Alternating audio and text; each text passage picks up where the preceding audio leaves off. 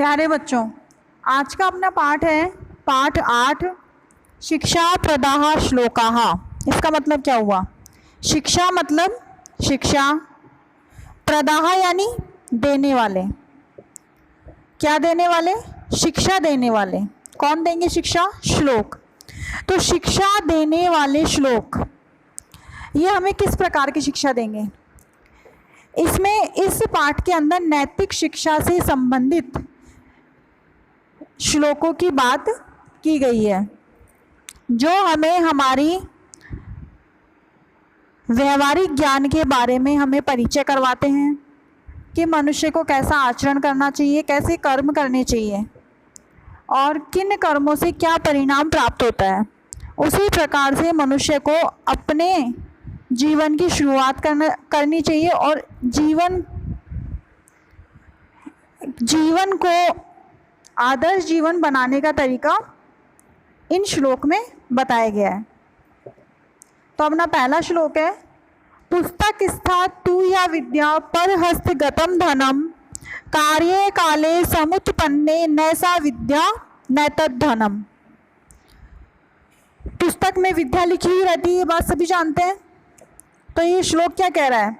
पुस्तक स्था, पुस्तक में स्था यानी स्थित, पुस्तक में स्थित विद्या या यानी जो, कि पुस्तक में स्थित जो विद्या है, पुस्तक में स्थित क्या है? जो विद्या है, जो पुस्तक में जो काले काले जो अक्षर ज्ञान लिखे हुए हैं। हमें पुस्तकों से विद्या अक्षरों के माध्यम से ही मिलती है। तो पुस्तक में स्थित जो विद्या है, पर हस्तगतम धनम, पर यानी दूसरे के, हस्त यानी हाथ में, गतम यानी गया हुआ, धनम यानी धन, और दूसरे के हाथ में गया हुआ जो धन है। मतलब पुस्तक में स्थित जो विद्या है, जो अक्षर ज्ञान है, जो काले काले अक्षर लिखे हुए हैं, वो केवल पुस्तक में ही लिखे हुए हैं। हमने उसको अपने जीवन में नहीं उतारा, उसका उपयोग नहीं किया। पर हस्तगतम धनम, और दूसरे के हाथ में जो गया हुआ धन है, मतलब वो धन तो किसका है? अपना है, लेकिन अपन ने उस धन को क्या कर रखा है? किसी और को दे रखा है। तो दूसरे के हाथ में गया हुआ धन और पुस्तक में स्थित विद्या कार्ये काले समुत्पन्ने, कार्य काले का मतलब समय आने पर। किस प्रकार का समय आने पर? मुसीबत पड़ने पर, परेशानी का समय आने पर, नैसा विद्या न तद धनम, न ही तो हमारे वह विद्या काम आएगी और न ही हमारे वह धन काम आएगा, क्योंकि हमने विद्या का तो हमने क्या सही समय पर उपयोग करना सीखा ही नहीं है। उस अक्षर ज्ञान को हमने अपने दिमाग में नहीं उतारा, हमारे व्यवहार में प्रयोग में नहीं लाए। तो इसलिए जब हमारे ऊपर जब कोई प्रतियोगिता होगी, जब हमारे लिए ज्ञान की बात की जाएगी, तब इस प्रकार की समस्या आने पर जो पुस्तक में स्थित जो विद्या है वो हमारे कोई काम नहीं आएगी। क्यों नहीं आएगी? क्योंकि हमने उस ज्ञान को किताबों तक ही रहने दिया, हमारे व्यवहारिक जीवन में उपयोग में नहीं ला पाए। और जो हमारा धन है वो अगर हमने किसी और के हाथों में दे रखा है, तो वो धन तो अपना है लेकिन वो किसी और के पास है, उसके ऊपर किसी और का अधिकार हो रहा है। तो किसी भी प्रकार की मुसीबत पड़ने पर न ही तो हमारे वह धन काम आ पाएगा और न ही हमारे वह विद्या काम आ पाएगी। इसलिए व्यक्ति को धन और विद्या रूपी धन और एक लक्ष्मी रूपी धन, दोनों के महत्व को समझना चाहिए और समय आने पर इनका उपयोग करते रहना चाहिए। तो पहले श्लोक में हमें विद्या और धन के महत्व के बारे में बताया गया है कि अगर अपनी चीज़ अगर अपने पास रहे तब वो ज़्यादा सुरक्षित रहती है, चाहे वे विद्या हो चाहे वे धन हो। अगर विद्या अगर अपने पास होगी, किताबों की विद्या अगर अपन ने अपने व्यवहारिक ज्ञान में ला रखी है, तो हम उसका उपयोग कभी भी कहीं भी किसी भी प्रकार की मुसीबत में कर सकते हैं। और अगर हमारा धन अगर हमारे पास है तो हम किसी भी प्रकार की मुसीबत पड़ने पर उस धन का भी उपयोग कर सकते हैं। आगे आता है श्लोक नंबर 2, हस्तस्य भूषणम दानम सत्यम कंठस्य भूषणम श्रोत्रस्य भूषणम शास्त्रम भूषणै किम प्रयोजनम। ये श्लोक क्या कह रहा है? इसको ध्यान से सुनिएगा। हस्तस्य भूषणम दानम, हस्त यानी हाथ, अब इसमें से लग गया, हाथ का, भूषणम यानी आभूषण, हाथ का आभूषण क्या है, दान, हाथ का आभूषण किसे बताया है, दान को बताया है। सत्यम कंठस्य भूषणम, और कंठस्य यानी कंठ का, भूषणम यानी आभूषण, और कंठ का आभूषण क्या है, सत्य। हस्तस्य भूषणम दानम सत्यम कंठस्य भूषणम, हाथ का आभूषण दान है और कंठ का आभूषण सत्य है। श्रोत्रस्य भूषणम शास्त्रम, श्रोत्र, श्रोत्र किसको बोलते हैं, सुनने वाली। हम लोग किससे सुनाई, हमें कोई भी वाक्य किससे सुनाई देता है, हमारे कानों से सुनाई देता है। तो सुनने की प्रक्रिया में जो हमारी सहायता करेगा श्रोत्र से, हमारे कान। तो कानों का भूषणम यानी आभूषणम, भूषणम शब्द बार बार आ रहा है तो भूषणम का प्रयोग क्या रहेगा, आभूषण ही रहेगा। तो कान का आभूषण क्या है, शास्त्र। भूषणे किम प्रयोजनम, भूषण यानी आभूषणों की, किम यानी क्या, प्रयोजनम यानी आवश्यकता।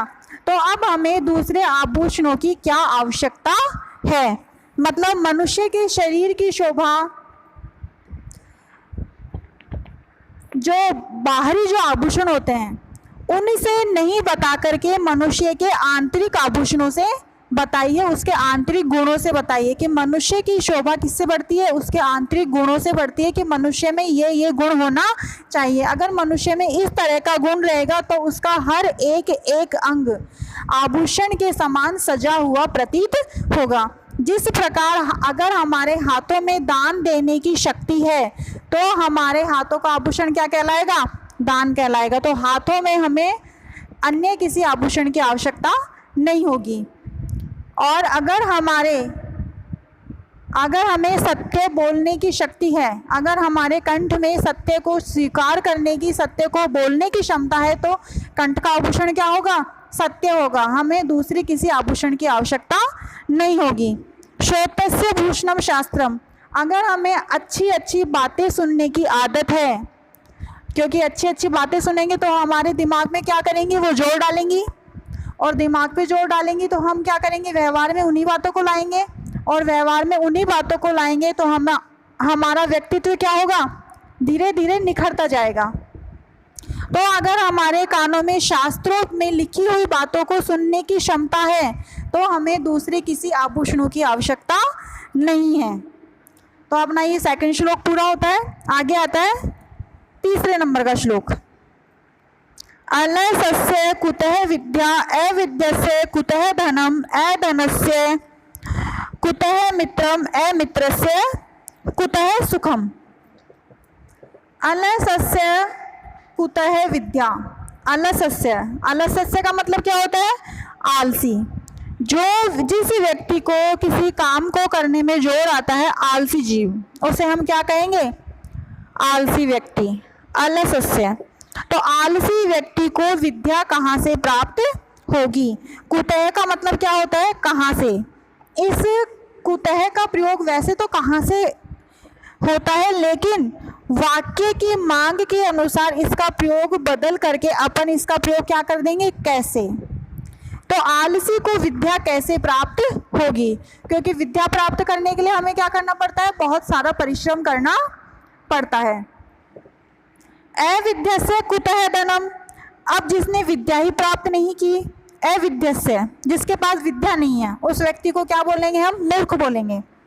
तो मूर्ख को धन कैसे प्राप्त होगा, कुतः यानी कैसे या कहाँ से, धनम यानी धन।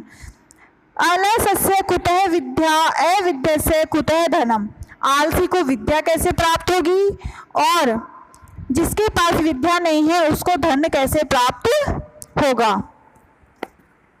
क्योंकि आजीविका का साधन क्या बताया गया है, विद्या को ही बताया गया है, चाहे वह हमारे नैतिक मूल्यों से संबंधित विद्या हो या हमारे आजकल जो आधुनिक शिक्षा चल रही है उससे संबंधित विद्या। अगर हमारी नैतिक शिक्षा से संबंधित जो हमारी प्राचीन विद्याएं चलती आ रही है उनसे संबंधित विद्या होगी, तब व्यक्ति उस क्षेत्र में आगे बढ़ेगा और अपने आजीविका के माध्यम से क्या होगा, धन कमा पाएगा। और अगर आज के ज़माने के अनुसार अगर हम विद्या प्राप्त करेंगे, जो आधुनिक शिक्षा है, अगर वो प्राप्त करेंगे तब हम इस क्षेत्र में आगे बढ़ेंगे। तो विद्या मनुष्य के पास होनी चाहिए, चाहे तो वो प्राचीन शिक्षा हो, चाहे वह आधुनिक शिक्षा हो। अधनस्य कुतः मित्रम, और जिसके पास धन नहीं है उसको मित्र कैसे प्राप्त होगा।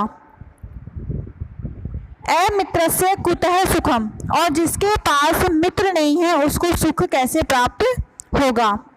अब निर्धन व्यक्ति को मित्र कैसे प्राप्त होगा, इसके अंदर ये बताया गया है कि निर्धन व्यक्ति को, क्योंकि आजकल के ज़माने के हिसाब से क्या है, जिसके पास धन होता है उसी के पास क्या होते हैं, बहुत सारे मित्र होते हैं।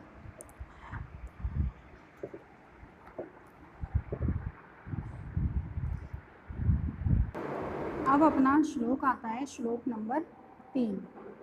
श्लोक नंबर 3 क्या कह रहा है, अलसस्य कुतः विद्या अविद्यस्य कुतः धनम अधनस्य कुतः मित्रम अमित्रस्य कुतः सुखम। अर्थात अलसस्य मतलब आलसी व्यक्ति, जिसको कोई भी काम करने में जोर आता हो।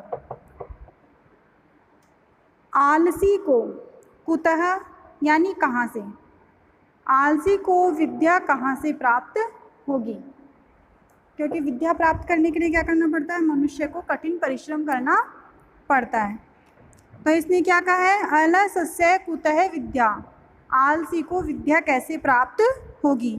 वैसे तो कुतः शब्द का मतलब होता है कहाँ से, लेकिन वाक्य के अनुसार, वाक्य की मांग के अनुसार इसका अपन अर्थ करेंगे कैसे, आलसी को विद्या कैसे प्राप्त होगी या कहाँ से प्राप्त होगी, ये भी सही है। आगे बोलता है ये श्लोक, अविद्यस्य कुतः धनम, और जिसके पास विद्या नहीं है। अब जिसके पास विद्या नहीं है वो क्या कहलाएगा, मूर्ख कहलाएगा। अविद्यस्य मतलब विद्या से रहित व्यक्ति, विद्या से रहित व्यक्ति को धन कैसे प्राप्त होगा। आगे आता है अधनस्य कुतः मित्रम, और जिसके पास धन नहीं है वो व्यक्ति क्या कहलाएगा, निर्धन कहलाएगा।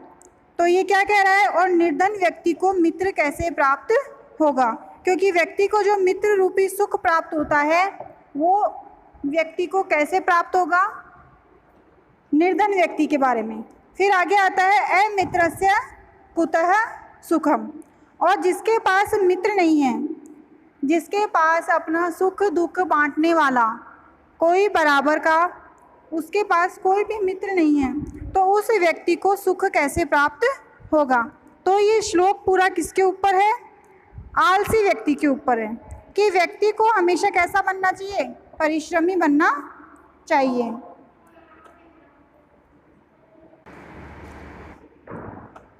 ये श्लोक किसकी व्याख्या कर रहा है, परिश्रमी व्यक्ति के बारे में बता रहा है ये, कि व्यक्ति को हमेशा कैसा रहना चाहिए, परिश्रमी रहना चाहिए, और हमेशा अपनी विद्या के प्रति सजग रहना चाहिए। क्योंकि व्यक्ति अगर परिश्रमी होगा तो व्यक्ति को विद्या भी समय से प्राप्त होगी, उस समय का ज्ञान होगा, और विद्या समय से प्राप्त होगी तो वो अपने आजीविका का साधन बना करके उससे क्या करेगा, उससे धन भी कमा सकेगा। आगे आता है, जब व्यक्ति के पास धन होगा तो व्यक्ति निर्धन नहीं कहलाएगा, तो उसके पास क्या होंगे, बहुत सारे मित्र भी होंगे, और जिसके पास मित्र होंगे उसको सभी प्रकार के सुखों की प्राप्ति होगी।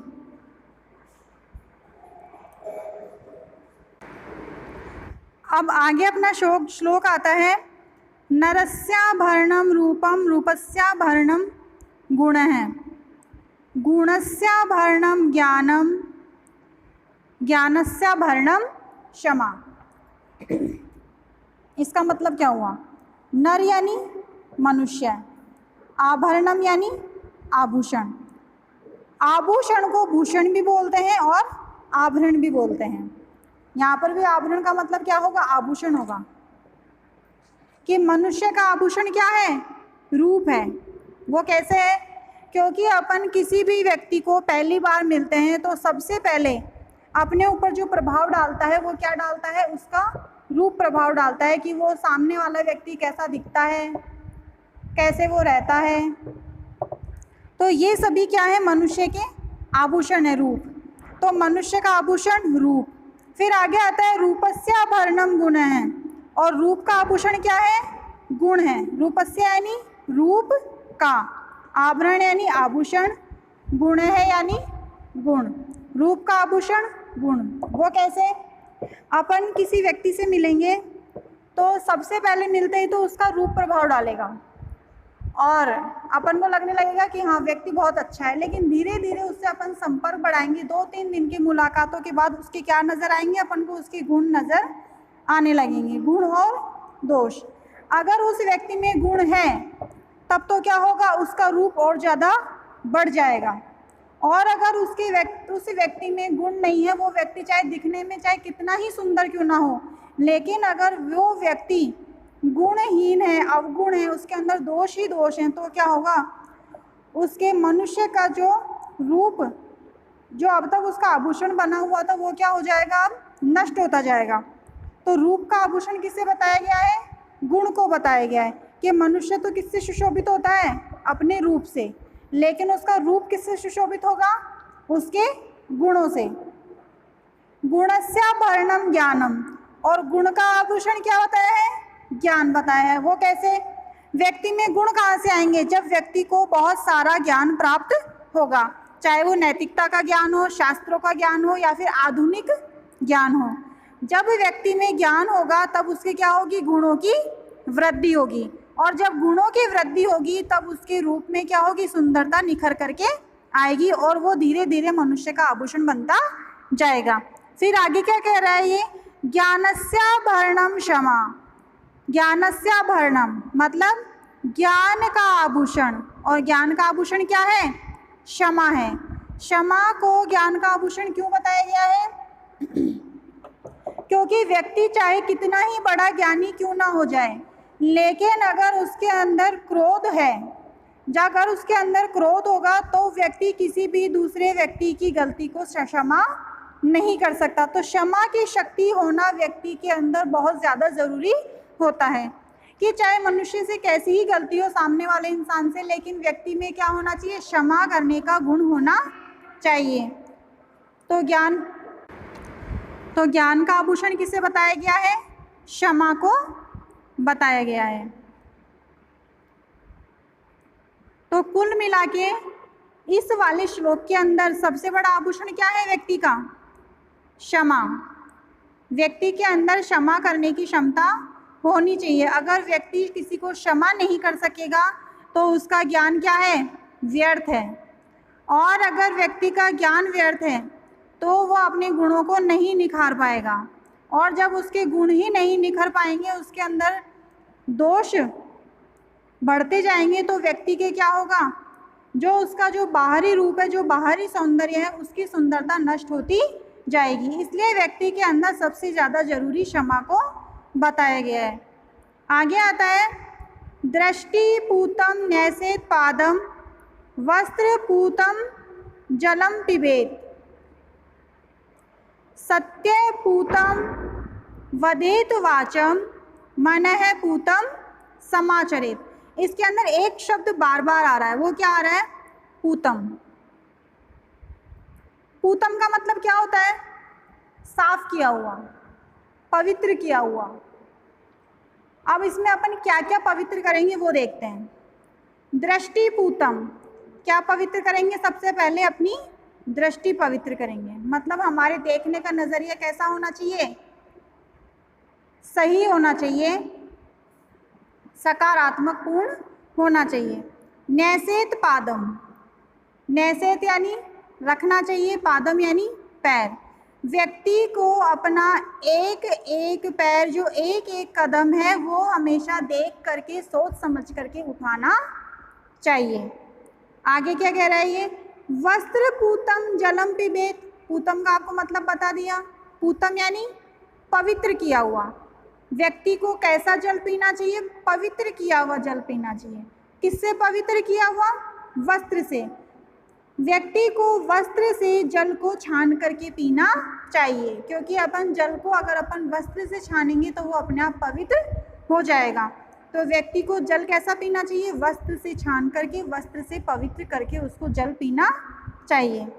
सत्य पूताम वदेत वाचम, मतलब व्यक्ति को जो वचन है वो वचन कैसे बोलने चाहिए, सत्य बोलने चाहिए। अगर व्यक्ति के मन में असत्य बोलने का पाप आ रहा है तो व्यक्ति को अपने मन को किससे पवित्र करना चाहिए, सत्य से पवित्र करना चाहिए और सत्य से पवित्र वचन ही बोलने चाहिए। वदेत यानी बोलने चाहिए, वाचम यानी वचन। कैसे वचन बोलने चाहिए, सत्य वचन बोलने चाहिए।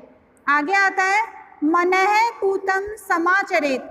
मनः यानी मन, पूतम यानी पवित्र करके, समाचरेत यानी आचरण करना चाहिए। व्यक्ति को दूसरे व्यक्ति के साथ, सामने वाले व्यक्ति के साथ कैसा आचरण करना चाहिए, अपने मन को पवित्र करके आचरण करना चाहिए। हमारा मन कैसे पवित्र होगा, जैसे मान लीजिए हमारे मन में काली पीली भावनाएं चल रही है, सामने वाले व्यक्ति के लिए द्वेष की भावना चल रही है, ईर्ष्या की भावना है, तो हम उससे ऊपर से चाहे हम उससे अच्छा व्यवहार करेंगे, लेकिन हमारा मन कैसा है, हमारा मन उसके प्रति जो है पवित्र भावना नहीं है हमारे मन में। तो हमें दूसरे व्यक्ति से कैसा व्यवहार करना चाहिए, हमारे मन को पवित्र करके दूसरे के प्रति व्यवहार करना चाहिए। ऊपरी दिखावा, ऊपरी आडंबर नहीं करना चाहिए।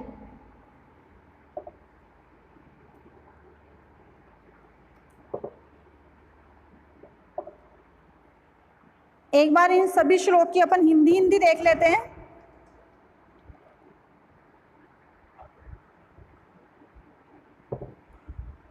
पुस्तक में जो विद्या है और दूसरों के हाथ में जो गया हुआ धन है, अगर वो विद्या अगर पुस्तक की पुस्तक नहीं रहेगी, हमने हमारे दिमाग में नहीं उतारी, और जो धन है वो दूसरे के हाथ में ही रहेगा, चाहे वो हमारा ही क्यों ना हो, लेकिन वो समय आने पर, कैसा समय आने पर, परेशानी का, मुसीबत का समय आने पर न तो वो हमारी विद्या काम आएगी और न ही हमारे वह धन काम आएगा। क्यों नहीं आएगा, क्योंकि विद्या का हमने सही समय पर उपयोग करना नहीं सीखा, और जो धन हमारे पास था वो हम किसी और को दे के बैठ गए। अब वो ज़रूरी नहीं है कि हमारे ऊपर मुसीबत आए तो वो हमें समय से अपना धन हमें लौटा देगा। आगे आता है हाथ का आभूषण दान है, कंठ का आभूषण सत्य है, कान का आभूषण शास्त्र है, तो व्यक्ति को दूसरे किसी आभूषणों की आवश्यकता नहीं है। आगे है आलसी को विद्या कहाँ से प्राप्त होगी, और जिसके पास विद्या नहीं है, विद्या रहित व्यक्ति को धन कैसे प्राप्त होगा, और निर्धन व्यक्ति को मित्र कैसे प्राप्त होगा, और जिसके पास मित्र नहीं है उसको सुख कैसे प्राप्त होगा। आगे आता है अगला श्लोक, मनुष्य का आभूषण किसको बताया है, रूप को बताया है, और रूप का आभूषण गुण है, और गुण का आभूषण ज्ञान है, और ज्ञान का आभूषण क्या है, क्षमा है। टोटल मिलाकर के इन सभी का आभूषण क्या है, क्षमा है।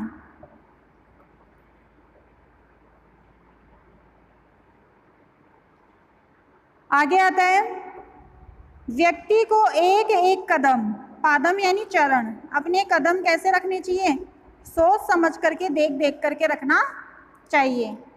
और जल कैसा पीना चाहिए, वस्त्र से छान करके जल को पवित्र करके पीना चाहिए। और वचन कैसे बोलने चाहिए, सत्य वचन बोलने चाहिए। और हमें दूसरे व्यक्ति के साथ कैसा व्यवहार करना चाहिए, मन को पवित्र करके अच्छा व्यवहार करना चाहिए।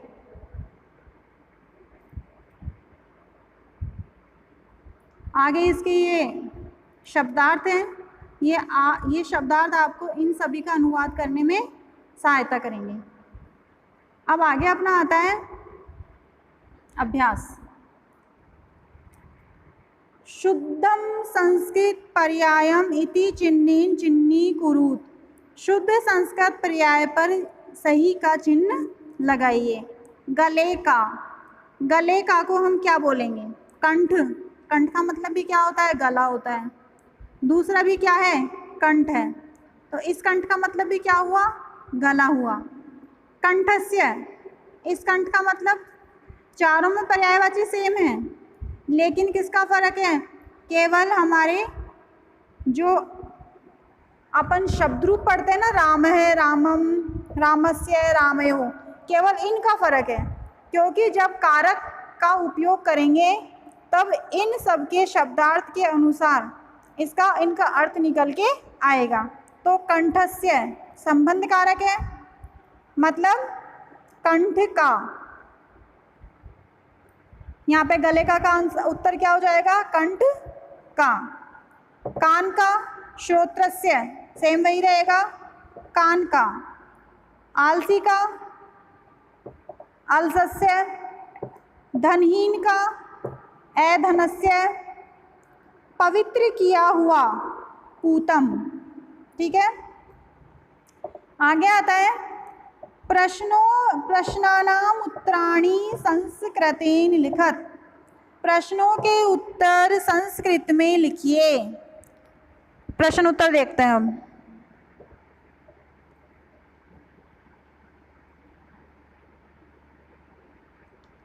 कीदृशी विद्या विद्या न भवति। कीदृशी का मतलब क्या होता है, कैसी। कैसी विद्या विद्या नहीं होती। पुस्तक स्था विद्या विद्या न भवति। पुस्तक में स्थित विद्या विद्या नहीं होती। हमारे पास क्या है, बहुत सारे शास्त्रों का भंडार है, तो हम क्या ज्ञानी हो गए? क्या हमारे अंदर वो क्षमता आ गई कि हम शास्त्रार्थ कर सके सामने वाले से? नहीं आई। क्यों नहीं आई? क्योंकि वो अभी तक पुस्तक में ही स्थित है। तो जब तक वो विद्या पुस्तक में स्थित है तब तक वो विद्या विद्या नहीं कहलाएगी, क्योंकि वो पुस्तक तक ही सीमित है। जब हम उसका उपयोग हमारे व्यवहारिक ज्ञान में करेंगे तब वो क्या कहलाएगी, विद्या कहलाएगी। दानम कस्य भूषणम अस्ति। कस्य का मतलब क्या होता है, किसका। षष्ठी विभक्ति है, संबंध कारक है। दान किसका आभूषण है, दानम हस्तस्य भूषणम भवति। दान किसका आभूषण है, हाथ का। हाथ को क्या बोलते हैं, हस्त बोलते हैं। तो षष्ठी विभक्ति में प्रश्न पूछ रहा है तो हमें षष्ठी विभक्ति में ही आंसर देना है।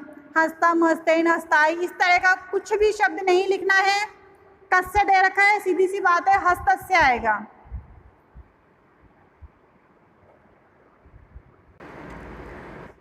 दान किसका आभूषण बताया, हाथ का।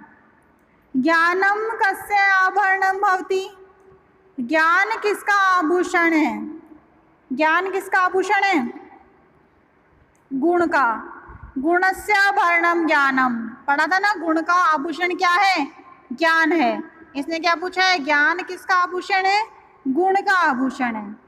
कीदृशी वाचम वदेत, ऊपर बताया था कीदृशी का मतलब, यहाँ पर कीदृशी का मतलब क्या होता है, कैसा, कैसी। ये स्त्रीलिंग में है, ई की मात्रा आ रही है, तो इसका अपन शब्दार्थ लेंगे कैसी। हमें कैसी वाणी बोलनी चाहिए, वदेत यानी बोलनी चाहिए, हमें कैसे वचन बोलने चाहिए। तो हमने श्लोक पढ़े, श्लोक में कैसे वचन बताए हैं, सत्यम वाचम वदेत। मनुष्य को कैसे वचन बोलने चाहिए, सत्य वचन बोलने चाहिए। कीदृशम जलम पिबेत। अब इसमें कीदृशम आ रहा है, ये क्या है, इसका मतलब भी क्या हुआ, कैसा ही होगा, लेकिन ये नपुंसक लिंग का है। इसके रूप किसके अनुसार चल रहे हैं, फल के अनुसार चल रहे हैं। फलम फले फलानी, कीदृशम कीदृशे कीदृशानी। तो ये क्या पूछ रहा है, हमें कैसा जल पीना चाहिए। तो व्यक्ति को कैसा जल पीना चाहिए, वस्त्र पूतम, वस्त्र से छान करके व्यक्ति को जल पीना चाहिए। इन प्रश्नों के उत्तर आपको इसी तरह पूरे वाक्य में देने हैं, आधे अधूरे एक शब्दों में नहीं देने हैं। इस बात को समझ लीजिएगा। आगे आता है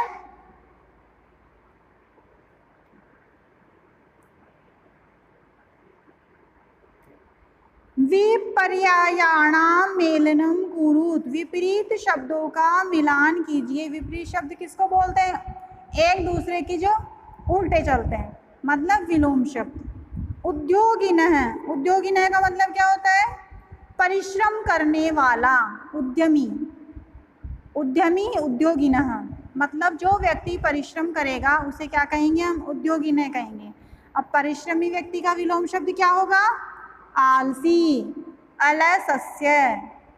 धनवतः मतलब जिसके पास धन है, जो धन से युक्त है, उसे हम क्या कहते हैं? धनवतः कहते हैं। अब जिसके पास धन है और जिसके पास धन नहीं होगा उसे हम क्या कहेंगे? निर्धन कहेंगे। तो निर्धन का इसके अंदर शब्दार्थ क्या दे रखा है? अधनस्य, बिना धन के। विदुषः, विदुषः का मतलब क्या होता है? विद्वान, ज्ञानी, जिसके पास बहुत सारा ज्ञान है, समय समय पर उपयोग करना भी आता है, शास्त्रार्थ करना भी आता है, उसे क्या कहेंगे हम? विदुषः कहेंगे। तो मूर्ख का शब्दार्थ क्या दे रखा है इसके अंदर? अविद्यस्य, जिसके पास विद्या नहीं है, विद्या से हीन, विद्या से रहित। आगे आता है मित्र युक्तस्य, मतलब मित्र से युक्त व्यक्ति। अब जिसके पास मित्र है उसे मित्र युक्तस्य कहेंगे, और जिसके पास मित्र नहीं है उसे क्या कहेंगे? अमित्रस्य, मतलब मित्र से रहित व्यक्ति।